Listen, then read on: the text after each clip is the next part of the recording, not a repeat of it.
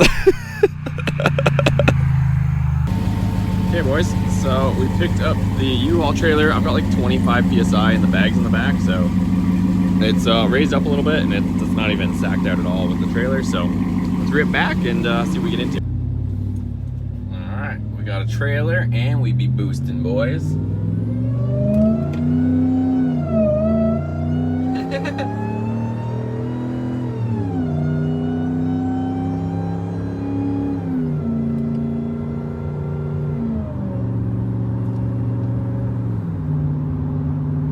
So this is gonna be the start of a long journey. So we got the trailer behind us and we'll see how she does, I guess. This is gonna be quite the experience, taking a new build and towing halfway across the country with it. So we'll see what happens.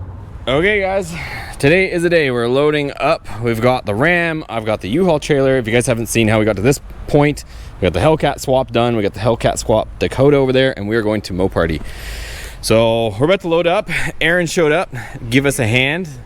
So we're gonna load everything up and then I'm gonna probably put a little bit more air in the bags. So we've got the helper bags in the back here, the airlift ones. I got like 25 PSI in them right now because normally it actually sits a little bit lower than that.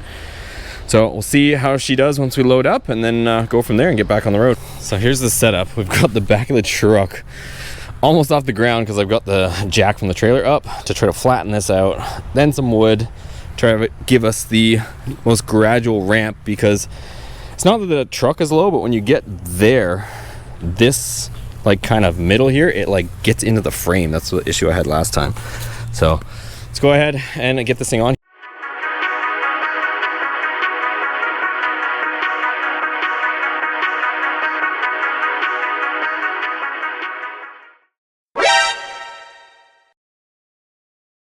Okay, you guys, so the hitch isn't attached or something. It literally just bent the whole hitch down.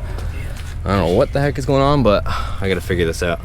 Okay, so we're not completely screwed. What we're gonna do actually is, this hitch actually is missing a bolt for some reason that goes right through here and holds it to the hitch. So rather than do that and be, 3 inches or whatever this is lower, we're just gonna go to the store, get a ball that goes through here, put it on here, it'll raise up the hitch and the trailer and it'll put it here, and it's going to be the same structural piece anyways, so it's bolting to this huge bar that goes to our frame.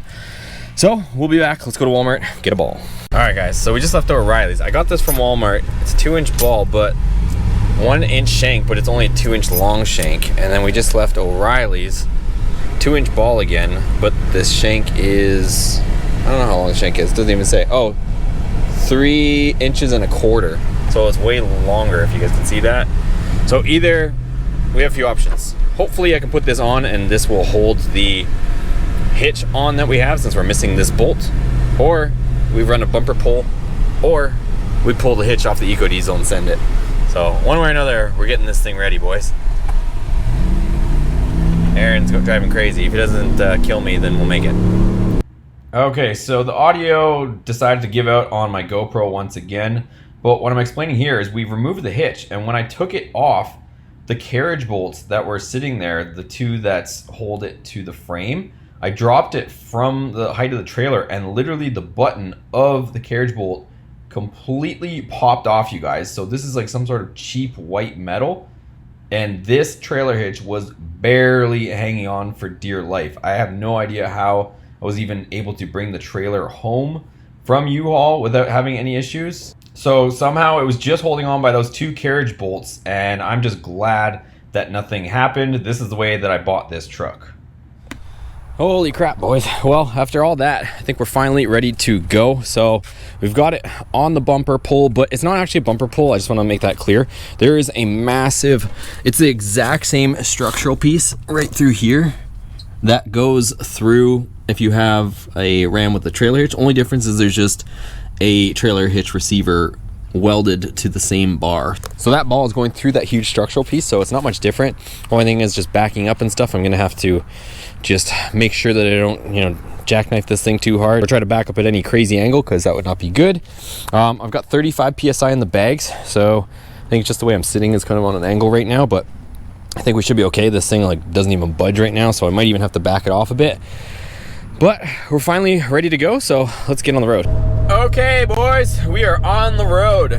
So just north of Tampa now. I just waited to get kind of out of the city before I kind of could relax a little bit. I was just, listening for noises, any weird stuff, and making sure that nothing's rubbing or, the back tires aren't hitting the fenders or quarter panels or bedsides, whatever you want to call those, and just make sure everything is good. So everything's good so far. I've been on the road for, I want to say about an hour so far. We still have 10.5 hours to go. I'm not sure how we're going to do on fuel. That's going to be the interesting part. So the other thing too is because we have a Hellcat computer and it's got like the different, race mode and all that stuff. I told Brian at Diablo Sport to give me since I don't have the option just yet through the Uconnect to like change through different modes and, sport mode, track mode. I told him to give me like a always sport mode tune for the transmission. And as far as towing, it's probably not the most ideal tune to be towing with because it always is like in send it mode. Like it took a while for it finally to kick into overdrive right here. And so we're cruising around like 1500 RPM at like, 60, 65. But it took a while to finally shift. But we'll see how we do on fuel. I don't even know that this is accurate. Where is it?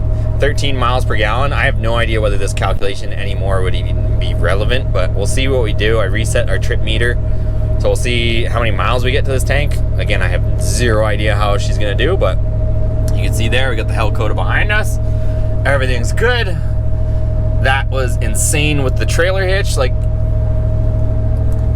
can you guys just imagine for a second, that stupid trailer hitch, it wasn't even like a cheap one. Like it was a U-Haul. There's a U-Haul sticker on it. And the fact that it was missing bolts, probably, installer error. But the chains hook onto that thing as well as the receiver. So if that piece, to some unsuspecting person or my buddy Steve was actually recommending to hook up my boat to it and drive around town. Like if you had to put something that wasn't that heavy on it, and even when I picked up the trailer from U-Haul, it didn't seem to really do anything. If you put something with like a half load on it that didn't like really put tongue weight on it and you drove around town, if that thing were to pop off and you guys saw those carriage bolts, the heads just like bink, came right off, then what would happen is your chains and receiver and everything are attached to that one piece. You would lose everything. The chains wouldn't even save you at that point, which is absolutely insane to think about. So it was kind of a pain in the butt that happened, but at the same time, I am thankful that happened because had you not noticed that, or like I said, if it was a lighter trailer, like when we had the trailer unloaded and you just took off, you could literally lose your whole load just with everything. Like the chains, receiver, ball, everything would just be gone. Crazy, but we're on the road. I'll keep you guys updated. If anything interesting happens, I will update you guys. Okay, it's a little update for you guys. Another hour in and she's working beautifully. And this thing tows like a dream. Obviously, it's got more than enough power. I just, not trying to overwhelm the transmission, but I mean, we're going up a hill right now and there's like almost 75 right there. So, and I'm not even stepping on it at all. The only thing is like, it's got that race transmission tune in it. So it's really eager to downshift, but everything's good. Everything's working smooth. You can see there, no lights. So we'll keep on trucking. All right, so I just made a quick pit stop here at a service or rest center, I guess you could call it, rest area, and just double checking everything. All the fluids are good, everything's good, you guys. So this is like 2 hours in and we're just gonna keep trucking. Okay, first fill up, you guys. I still have like just over a quarter, but I got 204 miles. Let's see how many miles we went. So we'll see how much mileage we're getting. All right, so here's the math. Let me get rid of the dinging. 205 miles divided by 19.78. 10.36 miles to the gallon. So we're not doing too good on fuel economy, but it is what it is. We'll keep going.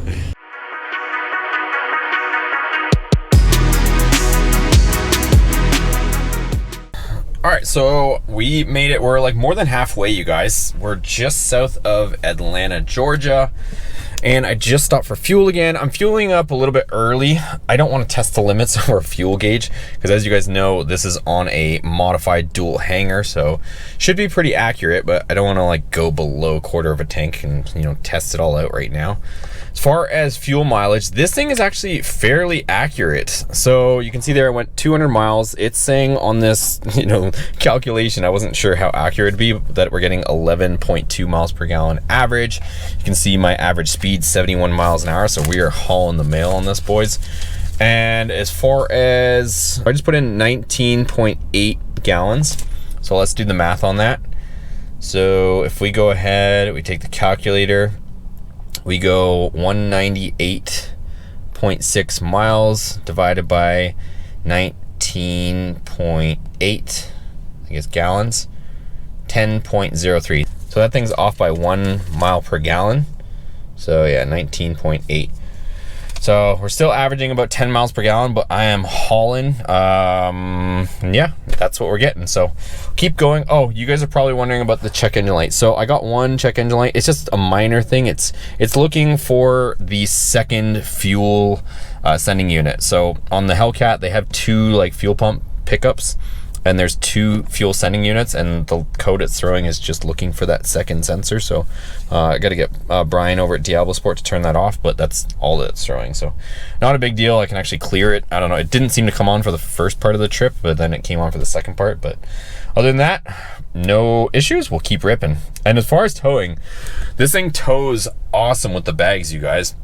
So it's not, I was a little bit concerned about it potentially bottoming out in the back because this thing is riding on the Beltec 2.4 and it's pretty dang low in the back, but no rubbing, no issues, and it's planted. Like, it actually tows really well. It's not bouncy at all, and I thought it was gonna be like all sacked out in the back, and like when you hit big G out bumps on the freeway, I thought maybe it was gonna like do that like walloping thing, but it's just riding flat and firm. So really good on that. I've got, just so you guys know, I've got 35 PSI in the bags, and we have a lot of tongue weight because that Dakota sits forward on those trailers, the U-Haul ones, but so far so good. We'll keep trucking. I don't know how far we're gonna go. I might, I know Atlanta's like home of the missing Hellcat area, so probably gonna peel right through there and just pass right through, blow right through there, and we'll see how far after that I make it.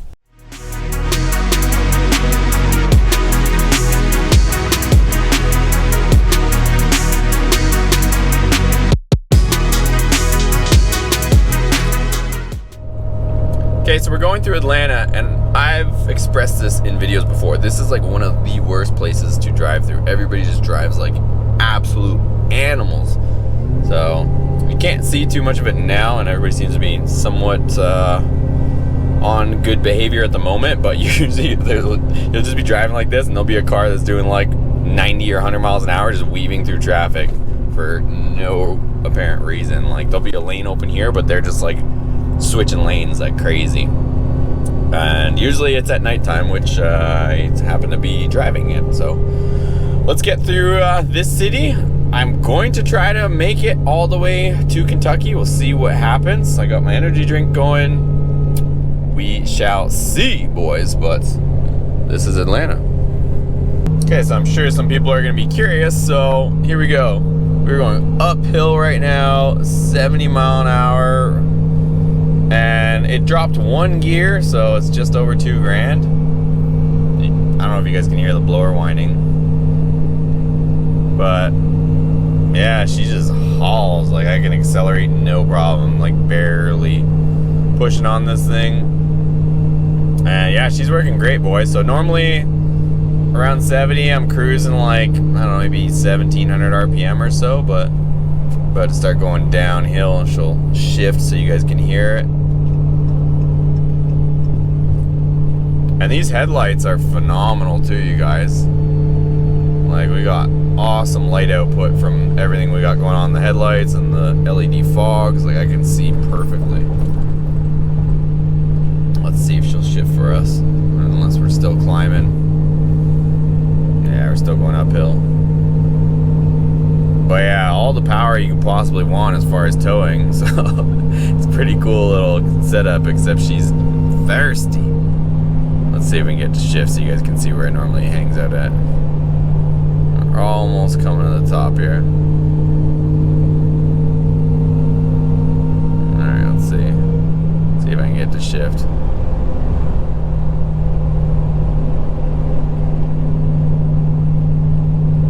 There you go. So yeah, maybe 1800 at about 70. And she just cruises like this most of the time. You could let it fall off on speed, but if you want to try to maintain like, 70, 75, whatever you're trying to do, it'll just drop gear, but it's never dropped more than one gear. And you can sit there and accelerate up hills and overtake vehicles, whatever you want to do. So pretty cool setup, you guys. Check this out. So here's just low beams and fogs, and then here's with the high beams. Only thing is, if I turn the high beams on, I got the LED, I got the fog light fallout going on here, so, but, and then if you guys are wondering about temps, coolant temp 185, transmission temp 188, oil temperature 172, oil pressure 76, so everything's running optimal and we're just cruising along here. So it's about 1 in the morning. I've got like 3.5 hours, it says, to go. I should be able to make it. I'm still feeling half decent. I got my Jocko energy drink. If you guys know him, he's got a pretty cool podcast. Trying one out. Doesn't taste that good, but I'll let you know how the energy comes from it. But yeah, we're still ripping.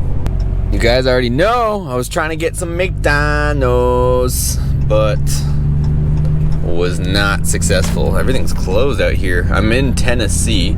It's 2 in the morning.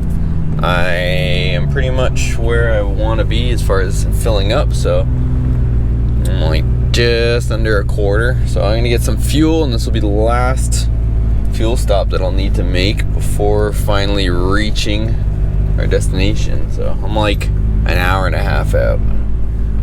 So she's a thirsty girl, but we made her. So let me get some fuel, and then we'll get back on the road, and I'm gonna get in at like 3:30 in the morning. It's a late one, boys. Okay, I know a big topic of discussion is fuel, so let's do it again. So 215 miles, and we put 20.7 gallons. This thing says 11.4. So we go to the calculator, we go 215.4, I'll even do the little fractions, divided by 20.7 gallons, 10.4. So might have done a little tiny bit better, but still a pig. Ooh, check it out. It was worth the wait. I'm glad McDonald's was closed because I found a Whataburger. It's like 3 in the morning and I'm eating a full burger because Whataburger is amazing. I believe we are going through Nashville. Don't quote me, but I think that's what we are going through right now. It is so late that I just cannot think, but pretty sure this is Nashville. Could be wrong, but I'm pretty sure. God dang, that's a pretty little city. Hey, we made it to Kentucky. Boys, we went straight through and made it to Kentucky. That is wild. So, it is 4:08 in the morning. The kitty is angry and sleepy, and I gotta get some sleep. So, I will see you guys in the morning, just about at my buddy Steve's house, and then yeah, we'll see what goes on in the morning and talk a little bit more. All right, so I made it here at 4:30 in the morning to stuff with Steve's house, and I guess Krista noticed that everything was leaning, I guess, today. So Steve just came out here and I was right behind him. We noticed. Guess what? It got no air in the tire. So this thing is flat, boys. And there ain't nothing in it. So we came in too hot. That's what happened. So I don't know if I should just try to see if there's a nail in it and just plug it myself, or try to call U-Haul and tell them to come deal with this. But definitely won't be able to make it home like that. But at least everything worked well. The truck worked well. It towed great. We were ripping the whole way here. She was definitely thirsty. Got like 10 miles per gallon the whole way, but We're gonna unload. I'll probably mess with a few things, just a couple small items, but let's get this thing off of there.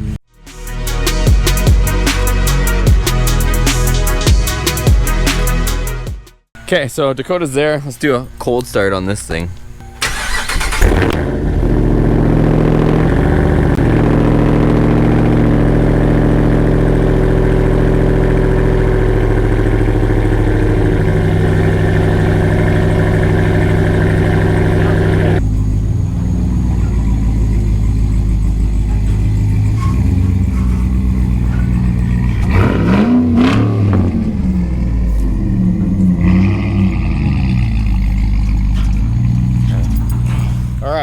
Time to give this thing a quick bath because it is dirty from its road trip.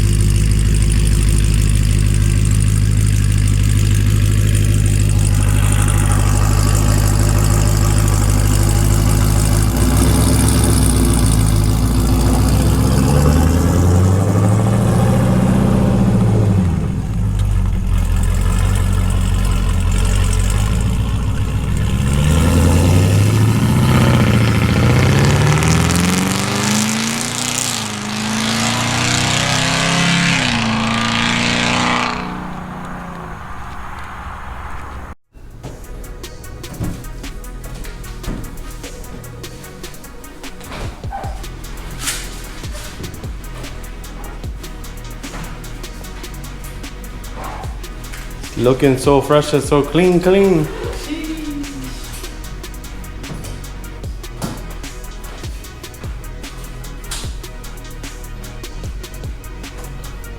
Pretty bad. You got a garage here in Kentucky. You can just park it in. Boosted Motorsports goes international. Oh, not international. Sorry, goes nationwide. Well, actually, technically international, right? Because you do have a spot in Canada. You can put it. That's great. So. I filmed in my Canada garage. See? Yeah. Doing big things. Making big moves. East Coast and West Coast. North Coast and South Coast.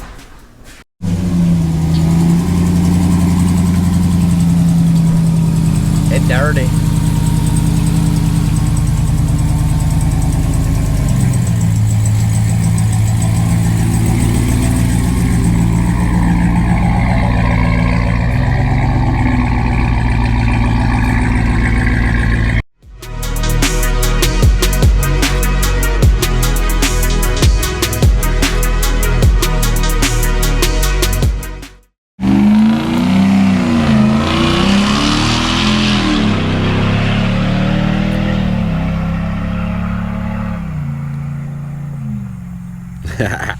Steve's ripping it.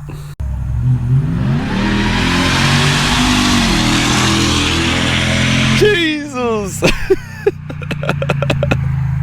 Okay, it's the next day, you guys. So I'm just near Bowling Green, Kentucky. I'm in the Hellcat, and I'm gonna head to the store first, and then I'm headed to the track.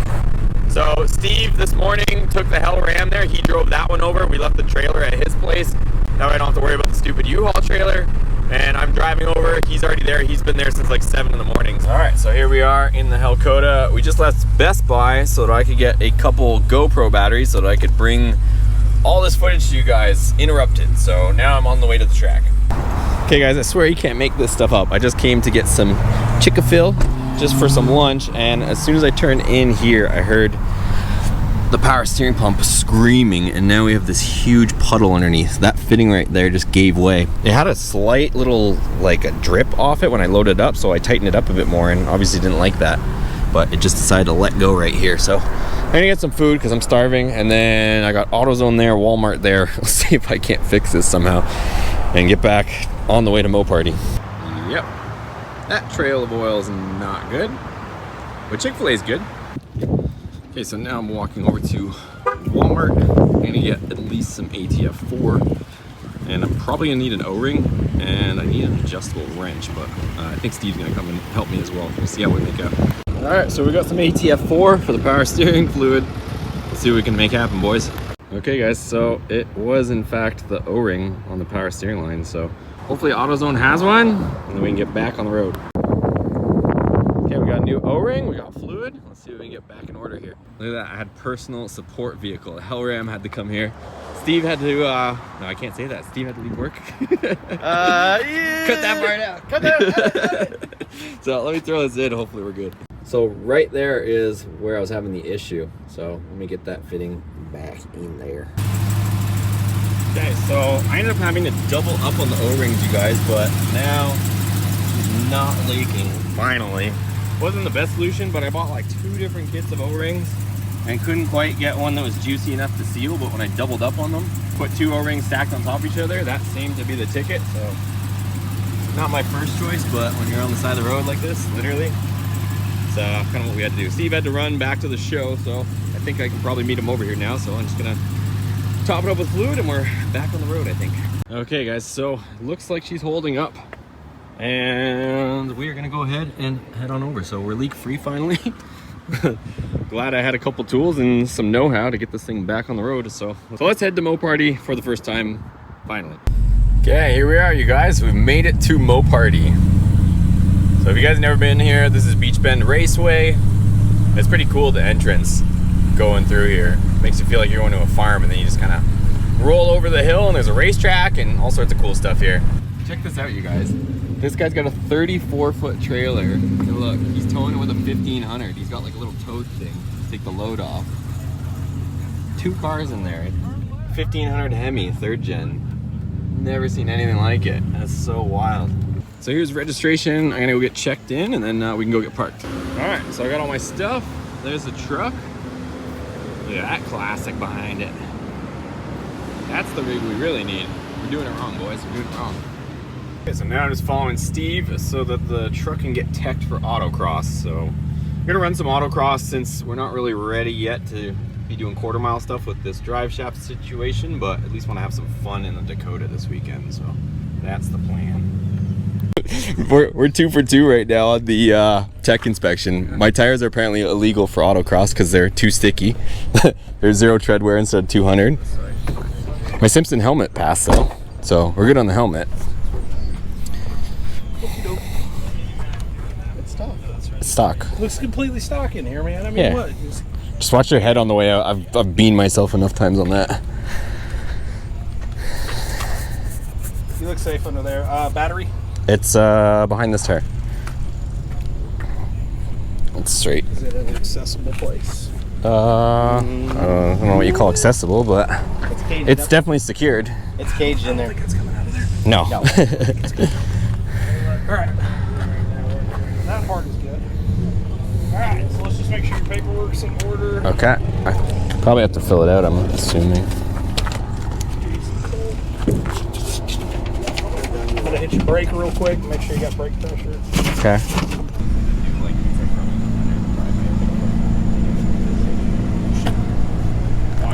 Alright, so we are done with tech inspection. I guess just for like the qualified, there's like trophies and stuff. If you're in the competition, you have to have like a 200 tread wear tire, but mine are drag radials, so they're a 0 tread wear, so I wouldn't be able to count in that. So here's the Holly booth. This is where I'm gonna be all weekend, you guys. Dang, look at that Charger. That thing is badass. So you can see the Hellram, and then I'll be here with both trucks. On today's tour guide of Stuff with Steve, today we have the Vendor Alley. And look at this. Dodge is here with the direct connection performance trailer. Damn, I need me one of them. Look at, they got Matt Hagen's funny car. Oh, actually, sorry. Yeah, Matt Hagen. That thing looks crazy. Funny car. Look at all the factory go fast parts you can get. Oh, I need all those. Hey, nobody's watching. Let's just roll one of those away. It's on wheels. Damn, look at all them engines. This underneath the car cover, this is Paul Rossi. He's a famous drag racer, and this is one of the original 70 Challenger direct connection drag cars underneath there. Damn. It's super nice car. Does he still rip it, or is it just a display thing now? Just a display thing now, but it's an OG car. It's pretty cool. Steve's gonna get in trouble. Woo! I feel like I saw that on one of the posts or something. Yeah, it was all over the internet. He partnered up with Direct Connection at Inature Indy Race, U.S. Nationals. Bang. Big flow. What are these guys? Ballers? I don't know. I see Demon and Hellcat logos. Oh, Scog and Dickey. They're Scog and Dickey parts. They're a parts house. Got Mopart connection. We do all the internet daily blogs and Oh yeah, all that stuff. yeah. We did an article with him last year. What was his name? Chris, I think, right? Yeah, Dream Car giveaway. Some old racing merch. Did you take a cruise to the swap meet yet? See if there's anything good? Thank you, tuners. Everything performance. You won't run over that cone. No, 'cause I gotta pick it up. Look at that, green truck, green shirt. And here's the staging lanes. Nobody's in here right now, but there's a tech inspection right here. The wonderful crew of NMCA are doing the drag racing. Man, look at that thing. There's the boys working hard. Ooh, listen to that chop.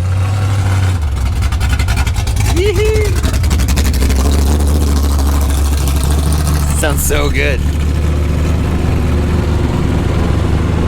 Look at the wagon, man. Look at them wings off the back. Yeah. Big old 50s wagon. Hey, there's Trump on there.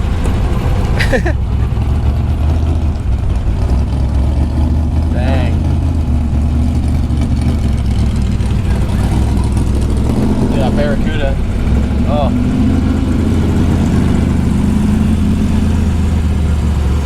Look at that Barracuda.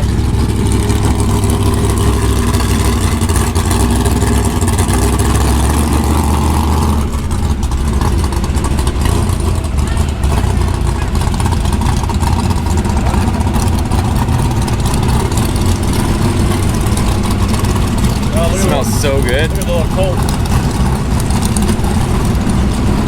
I love that smell, that race fuel smell.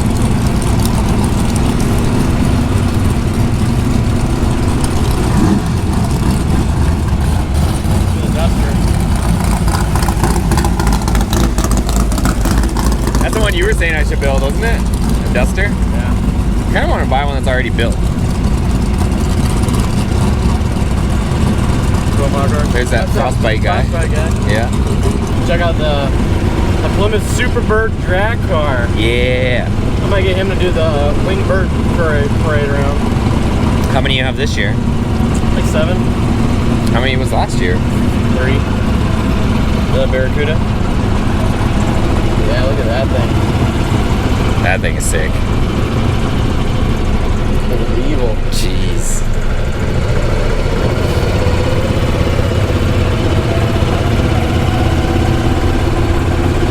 Dude, the weather's so nice today. It's like perfect. Man, look at these cars. Cudas. Roadrunners. Hornets. Wow. They all drove out. Way cool. That's like that purple one that we saw last year, wasn't it? Steve's got a mystery in the box here. So this is where we're set up, you guys. There's a bunch of stuff here this weekend. We'll probably show you. Let's see what's here. Nice. She wide. Yeah. Real wide. Look at that. E92, right? Heck yeah. Woo! Go, he's opening. Go look at the side door. Dang. Oh, look at the little kitty cat up there. You know how disappointed I was that the blower didn't stick out of that hood like another 3 inches? You pop that hood, you're like, there's no way this is even going to remotely fit. And I shut it, and it was like this far from shutting. Damn. I want to see this thing out of the box. Hey, get it out of the box. All right, guys. So both trucks are here. This is where you'll find us. So this is where we're parked at the Holly booth. Got the Hellcat, Hell Ram. We finally made it all the way here to Kentucky, you guys. So Long drive, but it worked. We even got that leak fixed, so no more puking on the ground. You can see it's all clean under there, so come out and see us.